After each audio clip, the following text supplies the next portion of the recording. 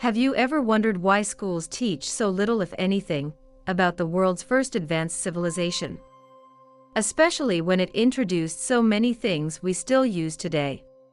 Why the mystery around Sumeria, which was in Mesopotamia, in what's now modern-day Iraq? After all, here's just some of what they gave us: the modern calendar, based on lunar cycles, the counting system used for geometry and measuring time, the wheel, the plow, irrigation systems like levees and canals, sailboats. They even spoke the first known language, and most importantly, they left evidence of the first recorded writing. That's a lot of intelligent contributions to humanity. So why aren't we talk more about this clearly advanced and influential civilization? Well, connect the dots and you'll discover why the omission could be deliberate. Sumerians were accurate in creating many advanced systems, yet we dismiss their history of man as mere mythology. And why is that? Well, if we gave the same credibility to their written history as we've given their inventions, we'd be teaching a completely different version of our origins, and we'd be thinking a lot more about what our future may hold. So let archaeologists continue to debate the history and evolution of man. If you go to the source, here's what the first civilization ever to record history revealed about our past. In 1849, a British archaeologist discovered 14 tablets in Sumeria. Today these are the oldest known writings, and they date back to the 24th century BC. While the stories on them share much of what other ancient writings say, they put a whole new spin on the other ancient sacred texts, you see. While they do refer to a father of all beginnings, or some kind of ultimate supreme being, the tablets say that the creators in Genesis, the Garden of Eden, Adam and Eve. These were polytheistic gods of ours. Otherworldly beings, or just plain out, they were aliens. The entire first two tablets explain who they were, and where they were from. Tablet 3 tells of the 6 days of creation, or settlement on Earth. Later, they explain how the human race was genetic manipulated by these beings, and did not evolve randomly. Even the technology Sumerians gave us came from these beings. Are you interested now in knowing more about what the Sumerians had to say about our history? Here are selected legends from the 14 tablets, and their parallels with other ancient sources. According to the Sumerian tablets, 445,000 years ago, creator gods, as they call it, came to Earth. The only inhabitants of Earth were wild and undomesticated animals, and early ancestors of man. These beings were called the Annunaki, which means, those who from heaven to earth came. The Annunaki inhabited a distant orbiting planet, called Nibiru, which only entered our solar system every 3,600 years. They described Nibiru as many times the diameter of Earth, and abundant with iron oxide, making its rivers and lakes appear red. Now a side note about Nibiru: according to the tablets, Nibiru's atmosphere began to deteriorate and become a hostile place for life, and in order to restore it, the Annunaki needed one important element for their atmosphere: gold. Now here are a few interesting facts. There is proof that gold nanoparticles can be used to repair our damaged ozone. It shields radiation, which explains why NASA uses gold foils in their space stations, while NASA is currently aware of 8 official planets in our solar system. There has been much speculation about the wobbly orbit of 2 planets, which points to the likely gravitational pull of a very large mass, which has yet to be discovered. Now detection of this mass traces back decades, but in October of 2017 NASA published an article called "The Super Earth That Came Home for Dinner," stating, "There are now 5 different lines of observational evidence pointing to the existence of Planet 9. If you were to remove this explanation and imagine Planet 9 does not exist, then you generate more problems than you solve. Clearly, there is potential of another planet yet to be discovered in our solar system." Now when the Annunaki arrived, they were capable of living lives that spanned hundreds of thousands of years. They created a mining settlement they called Eridag. Earth Station 1 in the Persian Gulf under a leader named Enki. The tablets convey, after the kingship descended from heaven, it was in Eridag. These visitors were not alone. they brought another extraterrestrial race with them. They were called the Igigi, and they worked as their slaves. The Igigi were considered inferior. They served the Annunaki by mining gold. As civilizations grew, the Igigi endured crushing labor, and these stories are consistent with Babylonian tablets from the 18th century BC. When the gods, manlike, bore the labor, carried the load, the gods' load was great, the toil grievous, the trouble excessive.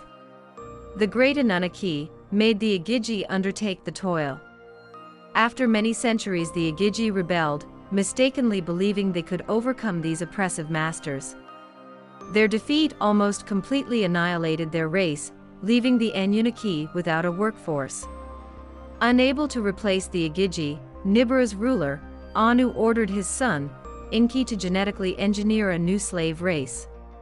One that was intelligent enough to perform complex work, but still be subservient to the Annunaki. His experiments are recounted in detail in Atrahasis. Many unique creatures were created. Enki finally successfully met his goal, and the result? A genetic hybrid between Earth's cavemen, Homo erectus, and the Annunaki themselves. This hybrid we call Homo sapiens. The tablets called first man the Adamo. In Hebrew, Adam means man. The Annunaki put the Homo sapiens to work in the mines and elsewhere in Mesopotamia. The Semitic word avad, or worship, literally means work for. Hence, early man had no choice but to worship their gods. According to the pictographs and texts, these Annunaki, who we know lived many centuries, were giants compared to the Homo sapiens. Now, because their main purpose in life was to serve the Annunaki, Homo sapiens were, in return, educated in social skills, academic affairs, and technology. All this is abundantly clear in the tablets. The new human slaves were sterile, but as a demand for workforce increased, they were re-engineered so that they could reproduce. This later led to an overpopulation, so later many humans were banished from the safety of their cities, giving rise to the story of the Garden of Eden, and the story of banishment from paradise for procreating. As humans evolved to become more intelligent, some Annunaki leaders bred with these humans. The children which resulted from these forbidden unions between races were called the Nephilim, or the giants of old. The tablets say that these practices enraged Enlil, the Annunaki leader of that time, who was also the brother of Enki. Enlil wanted to ensure no human would ever rise to power and potentially rule Nibiru. Naturally, the interbreeding increased that risk. But it was beyond his control. Human populations increased over the following millennia, only to be met with a population control plan that nature had in store. During one of its 3,600-year cycles, Nibiru's orbit created havoc on the sun and on Earth. Nibiru is also called the Destroyer in the Cálbrán, which is an ancient gospel found in Scotland that was omitted from biblical text, much like the Dead Sea Scrolls were. It reads, "Men forgot the days of the Destroyer. Only the wise know where it went, and that it shall return at the appointed time." The Destroyer, its color, bright and fierce and ever-changing, was an unstable appearance, a fierce body of flames. Though stating that Nibiru usually passes without causing harm, the tablets describe one cataclysmic event, which occurred when Nibiru neared Earth.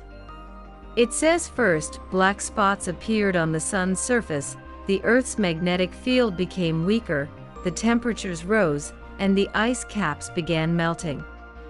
This event we call the deluge, or the Great Flood. It also reads, 4 days before the day of the deluge, the earth was rumbling, groaning, as if with pain. For nights before the calamity struck, in the heavens, Nibiru as a glowing star was seen. Well, according to the tablets, Enlil saw the oncoming disaster as an opportunity to rid the planet of humans that he deemed unworthy. He returned to Nibiru, but many Annunaki chose to stay and witnessed the flooding and destruction on the planet from their celestial boats, which circled the earth. It reads, "Then there was darkness in daytime, and at night the moon as though by a monster was swallowed. The earth began to shake by a force before unknown. It was agitated. In the glow of dawn, a black cloud arose from the horizon. The morning light turned to darkness. Then the sound of a rolling thunder boomed, and lightning lit the skies. On that day, on that unforgettable day, the deluge with a roar began. At that point, the South Pole huge ice sheets collided and fell into the ocean. This would have created tsunamis everywhere, traveling north to the gold mines in Southeast Africa. The tidal wave continued north until it reached and submerged the city of Eden, one of the first Annunaki settlements on Earth, now located somewhere at the bottom of today's Persian Gulf. Witnessing the cataclysm, Enki, who felt sympathy for his creations, instructed his chosen ones to build boats. Among these few humans was Ziusudra, we know as Noah, and his family. A great storm with heavy rains started. The tidal wave kept sweeping the earth for 7 days, until it finally came to a halt. But the heavy rains continued for 40 more days and nights. The story of the deluge is recorded in almost every civilization on our planet.